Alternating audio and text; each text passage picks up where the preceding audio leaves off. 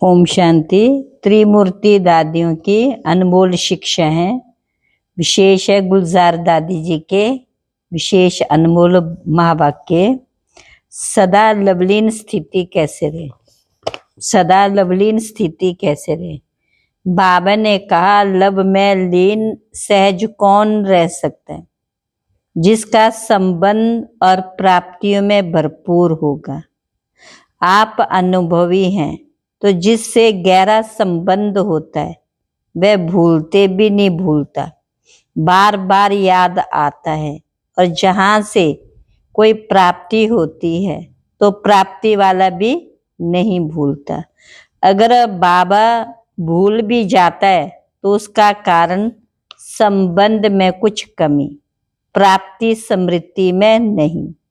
इसलिए बाप कहते सिर्फ प्यार होवे नहीं, लेकिन प्यार में लवलीन रहो, यानी स्नेह में समाये रहें। तो आप सभी लवलीन हो या लवली हो, लवलीन हो या लवली हो, तो आप कौन हो? लवलीन। तो जो लवलीन है उसकी निशानी क्या होगी? उसको कभी बाबा भूलता नहीं, भूल नहीं सकता। वह तो लीन है। बाबा हाथ उठवाता, बच्चे याद में रहते हो या कभी कभी थोड़ा माया आ जाती है तो सभी थोड़ा चुप हो जाते हो, है ना भी नहीं करते और सदा शब्द भी थोड़ा सोचते हैं। बाबा चाहता है कि सदा लवलीन रहे।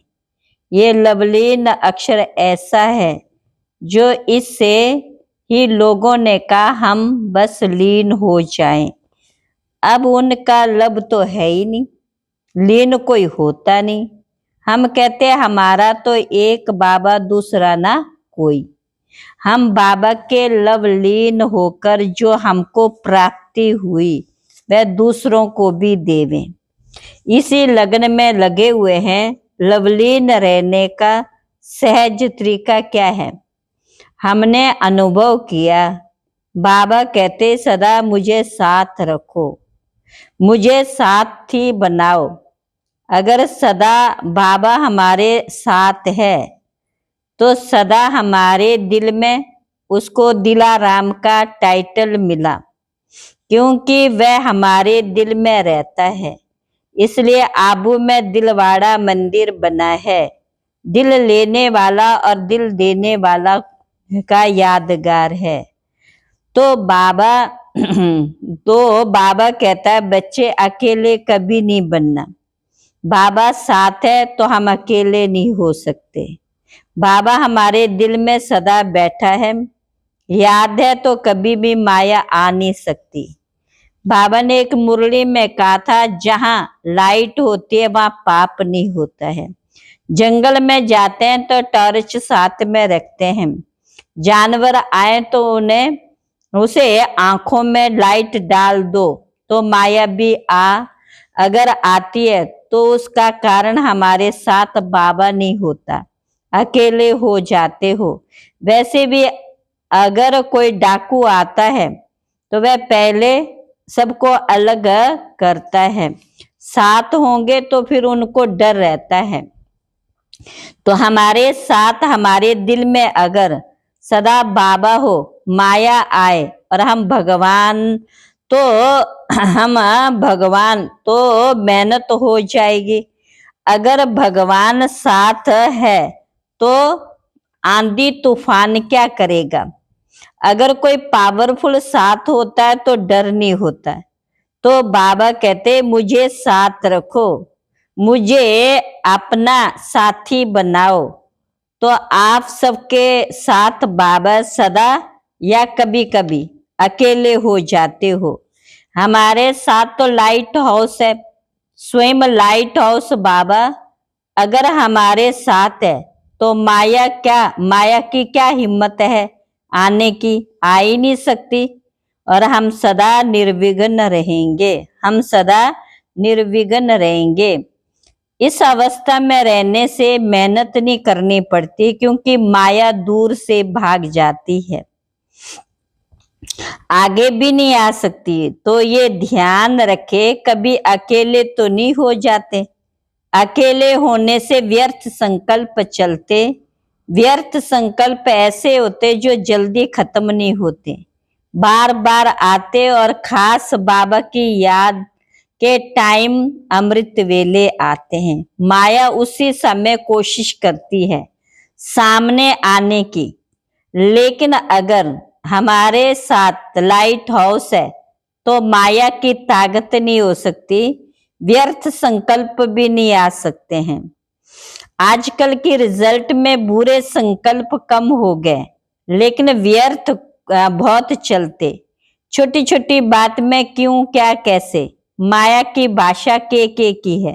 ये क्यों करते, क्या हुआ, कैसे हुआ, कब तक होगा, ये के की भाषा होगी। ये माया की भाषा खत्म हो जाए, उसका साधन है कि बाबा के साथ रहें। कभी कभी युद्ध करते करते थक जाते हैं और खुशी गायब हो जाती। उसका चेहरा जो है वह सदा ऐसा आपको नजर आएगा जैसे कि सोच में खुशी नहीं है। बाबा ने हम सबको पहला पाठ लेसन ये सिखाया, तुम अब हो, तुमको भगवान मिला है। भगवान के पास क्या है? खुशी, सुख, शांति, आनंद। इसमें जो जो चाहिए वह भगवान से मांगते हैं। तो भगवान ने हमको पाठ पढ़ाया कि तुम भिन्न भिन्न वृक्ष की टालियां मेरे पास आई। अभी इन सब टालियों को एक चंदन का वृक्ष बनाना है। जो चंदन का वृक्ष बनेगा उसकी शाखा बनेंगे, तो उसमें क्या होना चाहिए? तो बाबा कहता था तुम्हारा चेहरा सदा खुश मिजाज होना चाहिए। खुश मिजाज भी खुश नसीब भी, क्योंकि भगवान के बने हो। खुशी के बिना जीवनी क्या। बाबा ने हमको कहा बच्ची तुम्हारा चेहरा ऐसा होना चाहिए जैसे खिला हुआ गुलाब का पुष्प। कभी आपका चेहरा मुरझाया हुआ नहीं। अगर सोच या व्यर्थ संकल्प में होंगे तो विचारों में खोए होंगे, तो बाबा पहले ड्रिल के टाइम आता है और एक एक बच्चे को दृष्टि देता था और याद दिलाता था तुम्हारा चेहरा कैसा होना चाहिए। बाबा देखता था कि गुलाब का पुष्प है या कुछ और है।